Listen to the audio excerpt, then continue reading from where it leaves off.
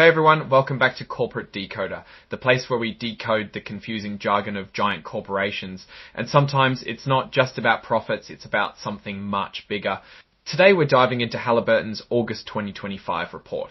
Think of it as a peek behind the curtain at a company that provides essential services to the oil and gas industry. And the big news is they just inked a massive new deal for themselves, and if you appreciate getting straight insights from corporate documents like this, make sure you're subscribed. We also have a Discord community linked in the description below where we break down these filings even further.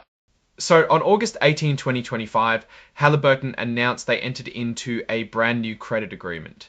This is a big deal, a US $3,500,000 5-year revolving credit agreement. Basically, they secured a huge chunk of money, $3.5 billion, that they can borrow from if they need it over the next 5 years. This new agreement is significant because it replaces their older one from 2022. Now, why is this interesting? Well, it signifies a refresh of their financial flexibility. And as for their general working capital needs, think of working capital as the cash a company needs to pay its day-to-day bills like salaries, supplies, and other operational expenses. And as part of this update on that same August 18, 2025, Halliburton officially terminated their previous $3.5 billion credit agreement from April 2022.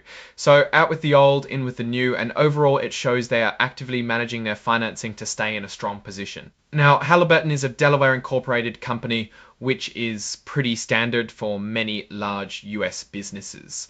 You can see their commission file number here, which is always a good indicator of how long they've been a player in the public markets.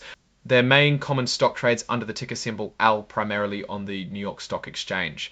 This ticker is pretty well known in the energy sector. This filing doesn't contain sweeping financial tables or quarterly performance updates like a 10Q or 10K. Instead, it's a specific announcement about their financing. It's like getting a building permit for a major renovation. It doesn't tell you the final look, but it signals a big change is coming or has been initiated. The report is signed off by Pamela L. Taylor, who serves as Halliburton's Vice President of Public Law and Assistant Secretary. This gives us the official stamp of approval from within the company's legal and corporate governance structure. So what's my take on this? Primarily, this is a signal of proactive financial management. Securing a large revolving credit facility like this is a common and healthy practice for major corporations, especially in an industry like oil and gas where capital needs can be substantial and fluctuate. It provides a safety net and financial flexibility for future investments, acquisitions, or simply to smooth out any cash flow bumps. The fact that they're replacing an existing agreement with a new similar one suggests that their financial needs haven't drastically changed, but they are keeping their financing arrangements current and potentially securing more favorable terms. There aren't really any numbers here that show wins or losses, no revenue growth or decline, no profit margins to dissect. This is purely a financial housekeeping and strategic move. The only real risk isn't within this report, but rather the general risks inherent in the oil and gas industry, such as commodity price volatility, regulatory changes, and geopolitical instability. All of which would influence how and if they might actually draw upon this $3.5 regulatory changes and geopolitical instability. All of which would influence how and if they might actually draw upon this $3.5 billion. In conclusion, Halliburton is demonstrating sound financial stewardship by updating its credit facilities. It's a sign of stability and preparedness. They aren't showing off record profits here, but they are ensuring they have the financial muscle to operate effectively and potentially seize future opportunities.